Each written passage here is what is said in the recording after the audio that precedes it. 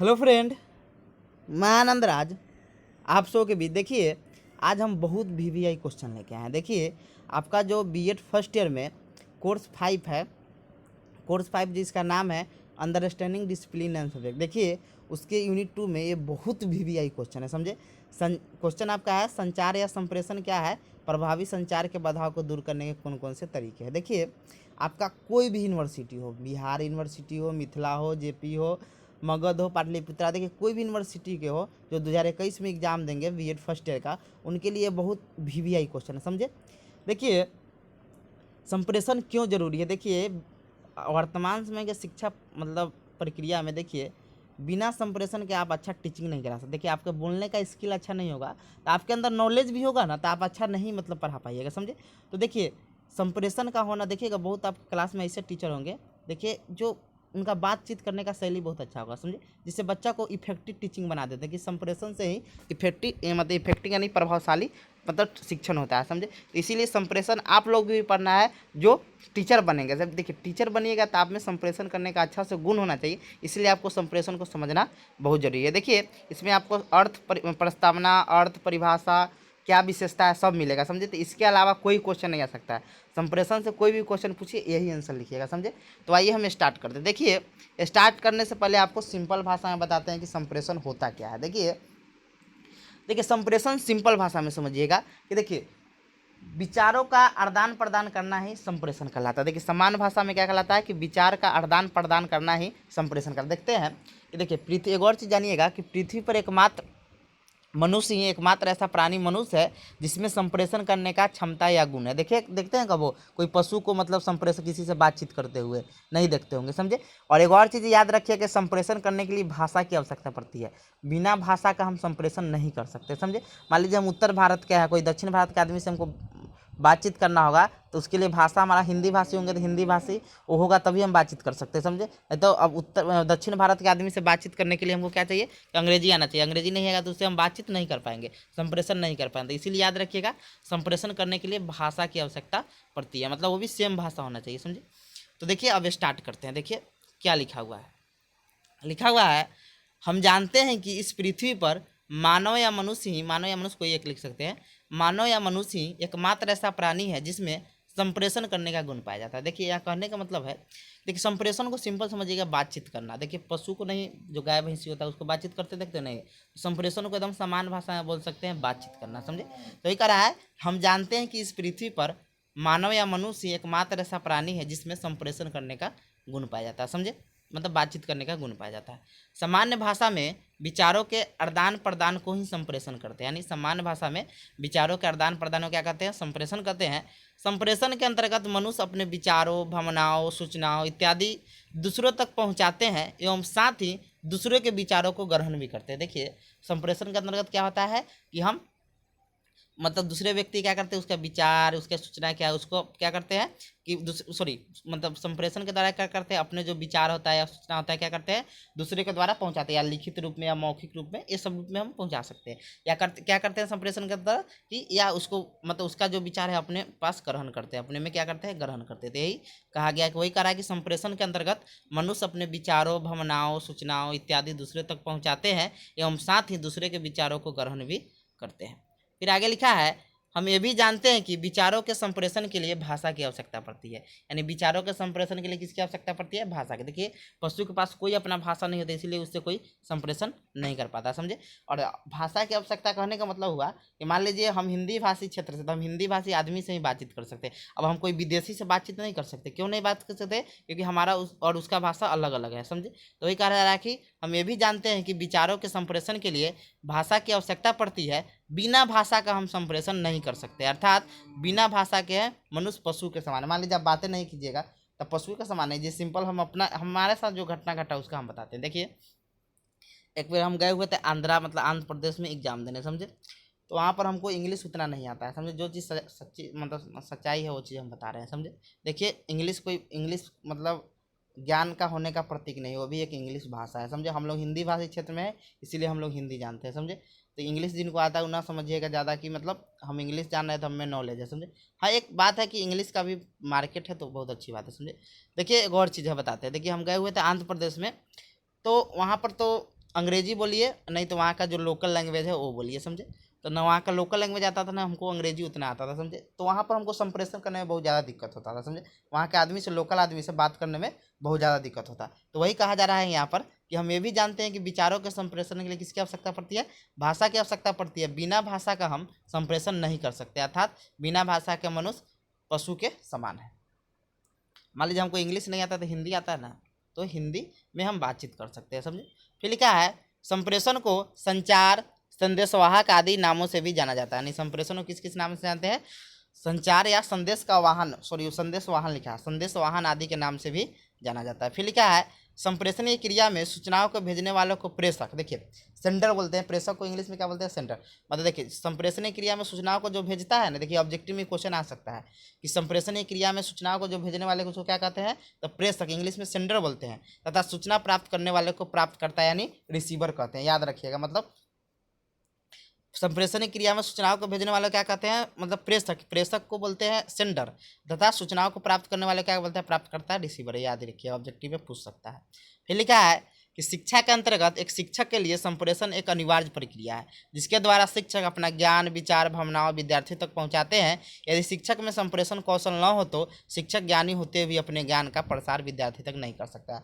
एकदम सिंपल बात कर रहे हैं, सिंपल। मान लीजिए हमारे अंदर नॉलेज है, ठीक है, और हमको इंग्लिश भाषी क्षेत्र में भेज दिएगा, समझे, हमारा नॉलेज बेकार हो जाएगा, क्योंकि वहाँ पर हम संप्रेषण नहीं कर पाएंगे, क्योंकि क्या है कि वहाँ पर मेरा भाषा नहीं। तो वही कह रहा है कि वहाँ पर हम बातचीत नहीं कर सकते। संप्रेषण का मतलब क्या है कि बातचीत नहीं कर सकते। वही लिखा है कि शिक्षा के अंतर्गत एक शिक्षक के लिए संप्रेषण एक अनिवार्य प्रक्रिया है, जिसके द्वारा, देखिए कोई हकलाता है, कोई टीचर या कोई अच्छा से नहीं मतलब बोल पाता है, तो उसका शिक्षण क्या होता है, प्रभावशाली नहीं शिक्षण हो जाता है। तो वही कह रहा है कि शिक्षा के अंदर एक शिक्षा के अंतर्गत एक शिक्षक के लिए संप्रेषण एक अनिवार्य प्रक्रिया है, जिसके द्वारा शिक्षक अपना, मतलब जिसके द्वारा, यानी संप्रेषण के द्वारा होगा, जिसके द्वारा शिक्षक अपना ज्ञान, विचार, भावनाओं विद्यार्थियों तक पहुँचाते हैं। यदि शिक्षक में संप्रेषण कौशल न हो तो शिक्षक ज्ञानी होते हुए अपने ज्ञान का प्रसार विद्यार्थी तक नहीं कर पाते हैं। अब देखिए, अब हो गया इंट्रोडक्शन, अब आते हैं संप्रेषण का अर्थ एवं परिभाषा, समझे। Meaning and definition of communication लिखा है संप्रेषण अंग्रेजी भाषा के कम्युनिकेशन शब्द का हिंदी रूपांतरण है। इस कम्युनिकेशन शब्द की उत्पत्ति लैटिन भाषा के कम्युनिस्ट शब्द से हुई है, जिसका अर्थ समान अनुभव होता है। देखिए ये वाला बहुत VVI है, देखिए BHU के ऑब्जेक्ट मतलब इंट्रांस होता है, उसमें पूछ चुका है, जो बीएड से रिलेटेड एग्जाम होता है ना, तो एमएड का इंट्रांस, तो उसमें क्वेश्चन पूछा था कि कम्युनिकेशन शब्द की उत्पत्ति मतलब किस लैटिन भाषा से हुई थी, याद रखिएगा, कम्युनिस्ट, समझे, कम्युनिस्ट से हुई। एकदम VVI क्वेश्चन है, इसको ध्यान रखिएगा, हुआ है, जिसका अर्थ क्या होता है, समान अनुभव। फिर लिखा है अर्थात संप्रेषण वह साधन है जिसमें संगठित क्रिया द्वारा तथ्यों, सूचनाओं, विचारों आदि का दो या दो से अधिक व्यक्तियों के मध्य आदान प्रदान करते हैं, मतलब एक दूसरे से आदान प्रदान करते हैं सूचनाओं का। फिर लिखा है संप्रेषण की घटना में 3 घटक होते हैं। देखिए 3 घटक कौन कौन होगा, प्रेषक, दूसरा है माध्यम, तीसरा है प्राप्तकर्ता। जैसे कक्षा में शिक्षक पाठ्य वस्तु और संबंधित अनुदेशन को, अनुदेशन मतलब होता है पढ़ाना, अनुदेशन को मौखिक तथा लिखित माध्यमों के प्रस्तुतिकरण से छात्रों तक पहुंचाने का प्रयास करता है, जिसमें शिक्षक प्रेषक का कार्य करता है, छात्र प्राप्तकर्ता का कार्य करता है, और पाठ्य वस्तु माध्यम का कार्य करता है। नहीं समझ गए। मान लीजिए हम पढ़ा रहे हैं, समझे, एक बुक की सहायता, जिसमें हम बच्चा को मौखिक रूप से और लिखित रूप से मतलब उसको पढ़ा रहे हैं, समझे, माध्यमों से पढ़ा रहे हैं। और फिर क्या कर रहा है, और पढ़ा रहे हैं, तो उसमें क्या हो गया, शिक्षक क्या हो गया, पढ़ा रहा है यानी सूचना दे रहा है, वो क्या हो गया आपका, प्रेषक हो गया, सेंडर हो गया। हम प्राप्त कर रहे हैं, जो छात्र होगा प्राप्त कर रहे हैं, वो क्या हो गया आपका,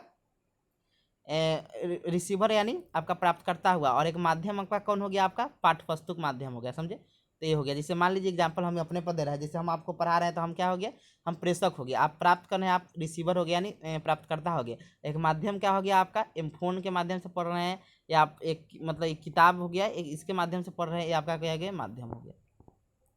फिर लिखा हुआ है कि विभिन्न शिक्षा शास्त्री एवं वैज्ञानिकों ने अपने तर्क एवं चिंतन के आधार पर संप्रेषण की निम्नलिखित परिभाषा दी है। पहला है एडगर डेल के अनुसार, देखिए यही एडगर जो डेल है, ये अनुभव शंकु का खोज किए थे, एकदम याद रखिएगा, समझे।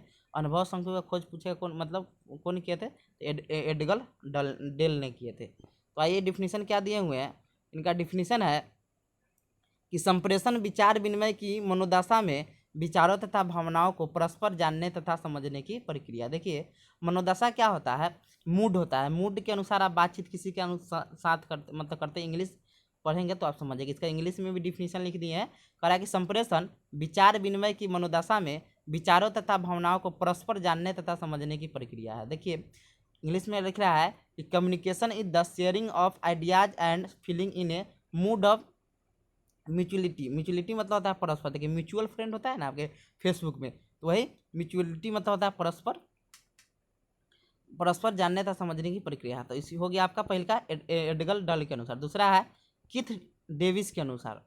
ये क्या कह रहे हैं कि संप्रेषण सूचनाओं एवं समझ को एक व्यक्ति से दूसरे व्यक्ति तक पहुंचाने की प्रक्रिया। देखिए ये मतलब दो व्यक्ति के मध्य होता है, दो से अधिक व्यक्ति के मध्य भी हो सकता है, समझे। तो वही कह रहा है कि संप्रेषण सूचनाओं एवं समझ को एक व्यक्ति से दूसरे व्यक्ति तक पहुंचाने की प्रक्रिया, यानी communication is the process of passing information and understanding from one person to another, समझे।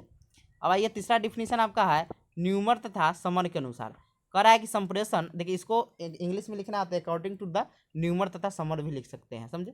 कह रहा है कि संप्रेषण दो या दो से अधिक व्यक्तियों द्वारा विचारों, तथ्यों, मतों अथवा भावनाओं के आदान प्रदान की कला है, यानी communication is an exchange of ideas, fact, opinion और इमोशन बाई टू और मोर पर्सन। आइए अब देखते हैं संप्रेषण की प्रकृति एवं विशेषता है, समझे। प्रकृति या विशेषता बात बराबर है। तुमने लिखा हुआ है कि संप्रेषण की प्रकृति में विषय निम्नलिखित है। पहला है संप्रेषण एक सतत प्रक्रिया, सतत मतलब कंटिन्यूअस, चलते रहता है, समझे। ये खत्म होने वाला चीज़ है।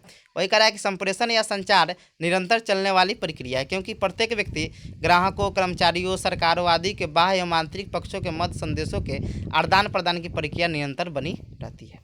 दूसरा आपका है कि संप्रेषण अर्थ संचालित करने का माध्यम है। देखिए कह रहा है कि संप्रेषण का आश्रय सूचनाओं एवं संदेशों को एक व्यक्ति से दूसरे व्यक्ति को भेजना ही पर्याप्त नहीं है, बल्कि इसके लिए यह भी आवश्यक है कि सूचना अथवा संदेश प्राप्तकर्ता उसे उसी अर्थ में समझे जिस अर्थ में उसे सूचना दी गई है। इसीलिए संप्रेषण प्रक्रिया में सूचना प्रेषण करने वाले को इनकोडर, मतलब जो सूचना देता है उसको क्या कहा जाता है, इनकोडर, तथा सूचना प्राप्त करने वाले को डिकोडर कहा जाता है। देखिए इसका मतलब क्या हुआ, सिंपल में बता देते हैं। देखिए मान लीजिए आप किसी को संप्रेषण कोई सूचना दे रहे हैं, तो उसका अर्थ मतलब क्लियर होना चाहिए। देखिए मान लीजिए अब हम बोल रहे हैं आम, आप सुन रहे हैं इमली, समझे। तो ये नहीं होना चाहिए, समझे। मान लीजिए आज मेरे ही साथ हुआ कि वैक्सीन मतलब सेकेंड डोज का लेना था हमको, तो सेकेंड डोज का वैक्सीन लेना था, तो वो हमसे पूछे हैं कि कब आप वैक्सीन का मतलब वैक्सीन कब लिए थे, मतलब तो हम मतलब फ्रेश नहीं बोले, तो हम बोल दिए कि मतलब डेट बता दिए कब मेरा वैक्सीन का डेट आएगा। तो मेरा 28 तारीख का डेट था, 28 मतलब जुलाई को, 28 जुलाई को मेरा सेकंड डोज का डेट है, तो वो लिख दिए हैं। फिर हमको फ़ोन करके बुला रहे हैं कि नहीं आप पहला वैक्सीन फर्स्ट डोज कब लिए हुए थे, तो समझे। तो हम अच्छा से नहीं सुन पाए हैं, जिससे क्या हुआ है कि वहाँ पर गलती हो गया, तो समझे। तो संप्रेषण मतलब एक क्या होना चाहिए, एक अर्थपूर्ण होना चाहिए। तो वही कह रहा है कि संप्रेषण का आशय सूचनाओं एवं संदेशों के एक व्यक्ति से दूसरे व्यक्ति को भेजना ही पर्याप्त नहीं है, बल्कि इसके लिए यह भी आवश्यक है कि सूचना अथवा संदेश प्राप्तकर्ता उसे उसी अर्थ में समझे जिस अर्थ में उसे सूचना दी गई है। मान लीजिए वो जो चीज़ पूछ रहे हैं वो चीज़ हमको भी मतलब समझ आना चाहिए, समझे। वो चीज़ नहीं समझेंगे फिर संप्रेषण का कोई महत्व भी नहीं रहेगा, समझे। मान लीजिए परेशान हुए ना हम, मतलब उसी समय पूछ लेते। फिर लिखा हुआ है तीसरा है आपका, देखिए तीसरा आपका है संप्रेषण एक द्विमार्गी प्रक्रिया है। लिखा हुआ है हम जानते हैं कि संप्रेषण टू वे प्रोसेस है, मतलब टू वे मतलब एक व्यक्ति, दो व्यक्ति, मतलब एक मतलब इधर से भी होता है उधर से भी होता है। टू वे मतलब देखेंगे आप लोग, देखेंगे शॉर्ट्स में लिखा रहता है one way two way. One way मतलब एक के साइड से आदमी जाएगा, समझे।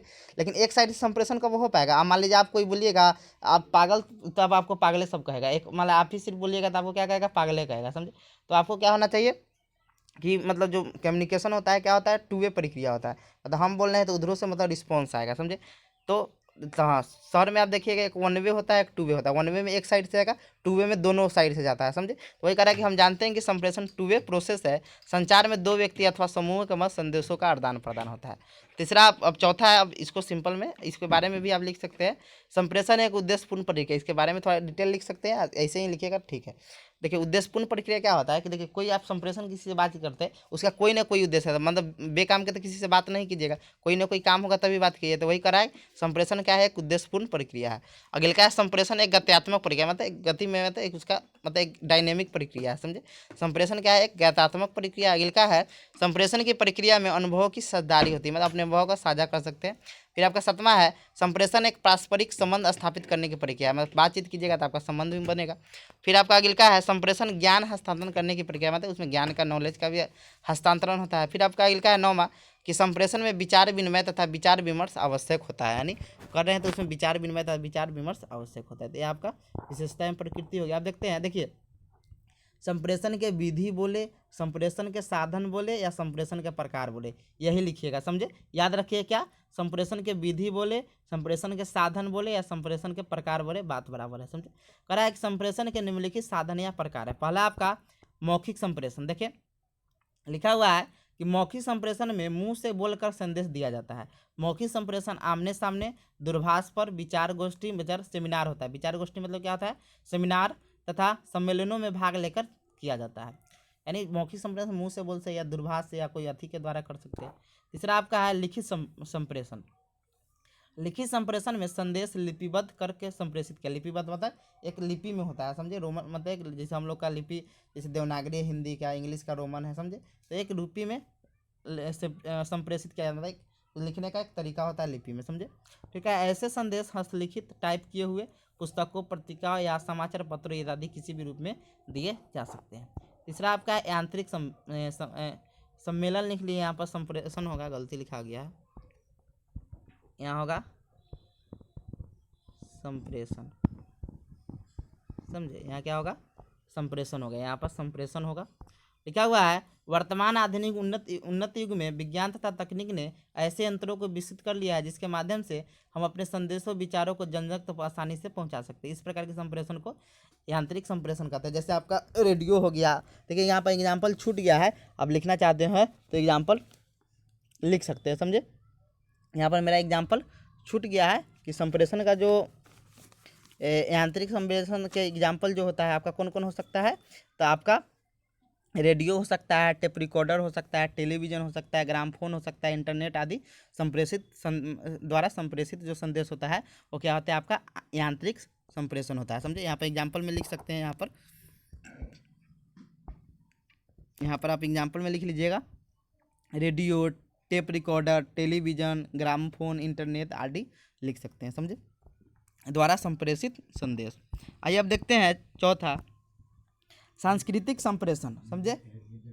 लिखा हुआ है यह संप्रेषण का वह साधन है जो समाज की संस्कृति से संबद्ध होता है तथा जिसके माध्यम से मुख्य रूप से संस्कृति को प्रदर्शित किया जाता है और सांस्कृतिक संप्रेषण कहलाता है, जैसे नाटक, कठपुतली, रामलीला, लोकगीत इत्यादि। फिर आपका पांचवा है सांकेतिक संप्रेषण। लिखा हुआ है कोई संदेश जब किसी संकेत जैसे चार्ट, पोस्टर या पैम्पलेट के माध्यम से संप्रेषित किया जाता है तो इस प्रकार के संप्रेषण को सांकेतिक संप्रेषण कहते हैं। फिर लिखा है प्रभावी संचार के बाधाओं को दूर करने के तरीके, समझे। लिखा है remove barrier of effective communication. लिखा है प्रभावी संचार या संप्रेषण के बाधाओं को दूर करने के लिए निम्नलिखित तरीके हैं। पहला है संचार या संप्रेषण से पहले विचार को स्पष्ट करना चाहिए। मतलब आप संप्रेषण या बातचीत करना चाहते हैं किसी से तो पहले अपने विचारों क्या कर लीजिए, स्पष्ट कर लीजिए, समझे। दूसरा है प्राप्तकर्ता की आवश्यकता अनुसार ही संवाद करना चाहिए। और प्राप्तकर्ता जो जिसको आप देना चाहते हैं संदेश, उसको इंग्लिश आ ही नहीं रहा है, आप इंग्लिश में बकर बकर कर रहे हैं, तो वो भी आपका कोई संप्रेषण का कोई फायदा नहीं है, समझे। तो ये कह रहा है कि प्राप्तकर्ता की आवश्यकता अनुसार ही संवाद करना चाहिए। तीसरा है संवाद करने से पहले दूसरे की सलाह ले लेना चाहिए। मान लीजिए किसी से बातचीत करना चाहते हैं, मान लीजिए वो आपके बात से खिसिया जाएगा या कैसा मुंड है उसका, या उसके बारे में जान लीजिए वो कौन भाषा में ज़्यादा जानता है, ये सब चीज़ जानकारी लेना चाहिए। तो कह रहा है कि संवाद करने से पहले दूसरे से सलाह लेनी चाहिए। तीसरा है बैठने की उचित व्यवस्था होनी चाहिए जिसमें प्रेषक तथा प्राप्तकर्ता आमने सामने हो। मान लीजिए अब हियाँ है, मान लीजिए बहुत दूरी पर कोई मतलब दूसरा व्यक्ति, उससे बातचीत करने में फिर कठिनाई होगा, तो वही कह रहा है कि बैठने की उचित व्यवस्था होनी चाहिए जिसमें प्रेषक तथा प्राप्तकर्ता आमने सामने हो। फिर पांचवा है आपका कि संप्रेषण के समय सरल भाषा का प्रयोग करना है, जो सिंपल भाषा जिससे वो समझ सके, समझे, जिससे संप्रेषण अच्छा होगा। फिर आपका है कि सुविधाजनक एवं स्वतंत्र शांत वातावरण होना चाहिए, मतलब कोहल्ला वाला मतलब हल्ला युक्त मतलब वातावरण नहीं होना चाहिए, शोरगुल वाला, मतलब शांत वातावरण है जिससे बात स्पष्ट रूप से क्या हो सुनाई दे। तो वही कह रहा है कि सुविधाजनक एवं स्वतंत्र शांत वातावरण हो जाएगा। और सातवां आपका है कि संदेश की भाषा, टोन और सरकारी सामग्री से अवगत होना चाहिए, मतलब उसके बारे में जानकारी आपको होना चाहिए। आइए हम निष्कर्ष देखते हैं। लिखा हुआ है कंक्लूजन में कि उपरोक्त विवरण से यह स्पष्ट होता है कि संप्रेषण शिक्षा प्रक्रिया की रीढ़ की हड्डी होती है, यानी आपको संप्रेषण नहीं आएगा तो शिक्षा प्रक्रिया प्रभावशाली नहीं होगा। रीढ़ की हड्डी होती है, बिना संप्रेषण के शिक्षण प्रक्रिया की कल्पना भी नहीं किया जा सकता है। हम ये भी जानते हैं कि इस पृथ्वी पर मनुष्य एकमात्र प्राणी है जिसमें संप्रेषण करने का गुण पाया जाता है, समझे। तो ये आपका संप्रेषण खत्म हो गया। जितना भी VVI क्वेश्चन बच गया उसको जल्दी से करवा देंगे। Thank you.